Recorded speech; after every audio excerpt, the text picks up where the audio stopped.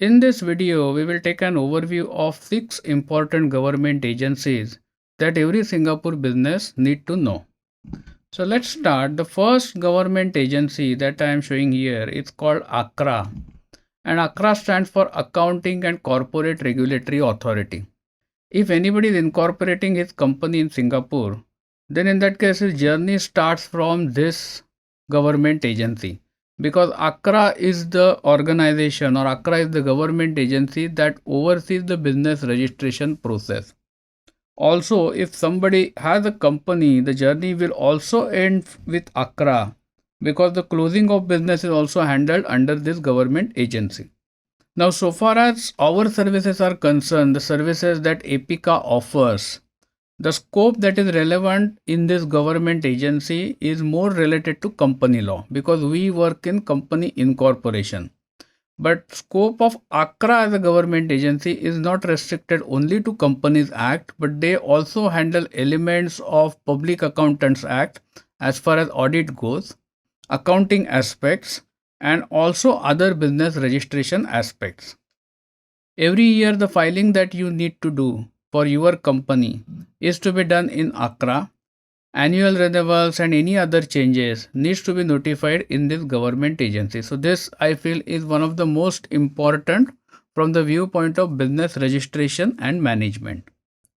Moving on to the next slide, the next important agency is IRAS, also called as IRAS. IRAS stands for Inland Revenue Authority of Singapore, and this is the money man, I will say. This is the organization that collects taxes, and that can be in the form of personal as well as company taxes. And additionally, it also handles GST administration and collection work. So if your company is registered for GST, then in that case you will be required to make a quarterly lodgement to this organization for the submission of GST returns. The scope of this organization is primarily governed by Income Tax Act and the GST Act. The next important organization is called CPF. CPF stands for Central Provident Fund, and it handles basically the CPF matters related to the employees.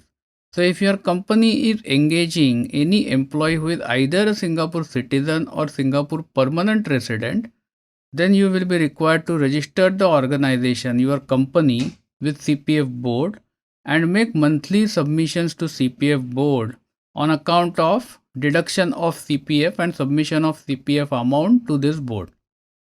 In addition to collecting the CPF, this organization is also responsible for investing the CPF monies of all the people or all the residents in Singapore in various government and investment schemes, and then it also pays the annuity when a person retires depending upon the balance in that person's accounts at the time of retirement.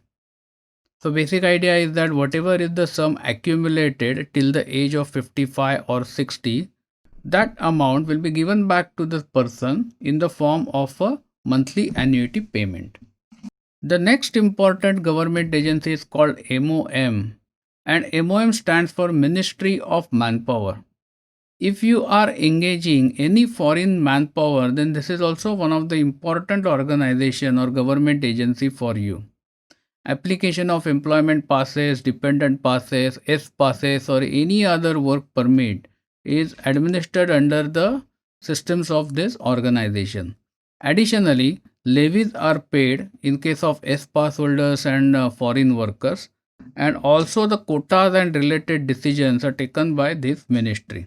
While this relates to the visas and the working authorization, Ministry of Manpower is also responsible for other employee matters like rules regarding the leave, termination of employees, then handling disputes between employer and employee, and so on.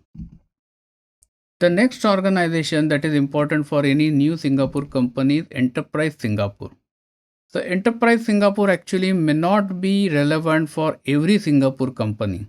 However, if you are a growing organization and looking to expand overseas, or if you are in need of any financial or non-financial assistance in terms of technological capabilities, or maybe funding for your machinery and so on, then this is the organization that you will normally tap into. So long as your company is having at least 30% shareholding in the name of a Singapore resident, that is Singapore citizen or a Singapore PR, this organization can help you. And the last organization that is important is Go Business Licensing.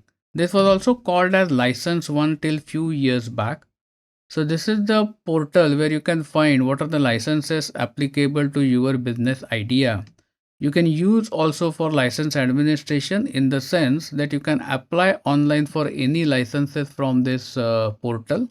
So keep note of these 6 government agencies as these are quite important, and also note their websites. New businesses will need to refer them quite often. Thank you for watching this video. This video was brought to you by Epica Consulting Singapore. Subscribe to our channel today to get notified when new videos are posted.